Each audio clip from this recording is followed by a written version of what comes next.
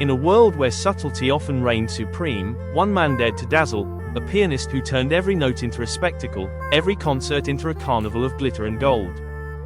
His name was Vladzio Valentino Liberace, but the world knew him simply as Liberace, the man who made classical music shine brighter than the Las Vegas Strip. Born in 1919 in West Allis, Wisconsin, young Vladzio was the son of working-class immigrants, an Italian father and a Polish mother. The household was filled with music, but also hardship. His father, a musician himself, pushed his son to practice relentlessly, recognizing early on that his boy possessed an extraordinary gift. At the piano, little Liberace could make magic, and by the age of 4, he was already playing complex pieces from memory. As a teenager, he was teased for his love of classical music and flamboyant demeanor, but Liberace never backed down. Instead, he learned to turn what made him different into what made him unforgettable. He began performing in local clubs, playing Chopin one moment and swinging into pop tunes the next. A blend of high culture and showmanship that would soon define his career. By the 1940s, America was discovering this young man with the radiant smile and the lightning-fast fingers. But it was the 1950s that truly belonged to Liberace. Draped in sequins and bathed in spotlight, he became a household name, not just a pianist, but a showman, an entertainer, and a television icon. His syndicated TV show, The Liberace Show, brought him into millions of homes across America, where audiences adored his charm, humor, and signature line, "I wish my brother George was here." Every performance was an event, part concert, part fairy tale. He would glide onto the stage in glittering capes, diamond rings sparkling under the lights, and a trademark candelabra perched on his piano. Yet beneath the glitz, there was always heart.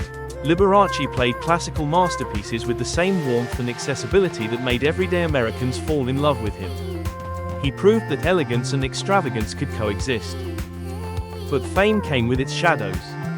In an era when being openly gay could destroy a career, Liberace lived under constant scrutiny.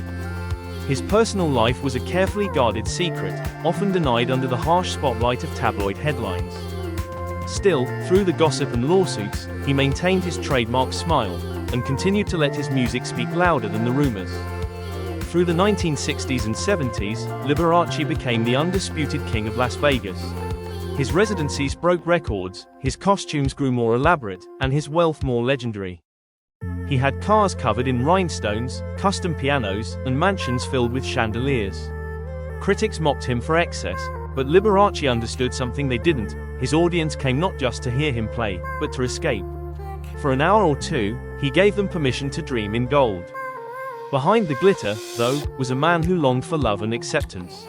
Those close to him described a generous spirit, someone who donated millions to charities, supported young musicians, and cared deeply for his fans. Despite personal battles and health struggles, Liberace performed with passion until the very end.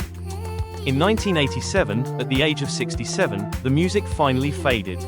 Liberace passed away in his Palm Springs home, surrounded by the opulence he had built, a final curtain call for one of entertainment's most unforgettable stars. His death revealed the truth he had long kept private: he had been battling AIDS, a revelation that humanized the legend and made his final years all the more poignant. Today, decades later, Liberace remains an icon, a pioneer who blurred the lines between classical and pop, masculinity and glamour, humility and extravagance. His influence can be seen in performers like Elton John, Lady Gaga, and countless artists who dare to be unapologetically themselves. He once said, "Too much of a good thing is wonderful." And in Liberace's world, it truly was. Behind the candelabra was not just a pianist, but a man who turned life into art, one dazzling note at a time.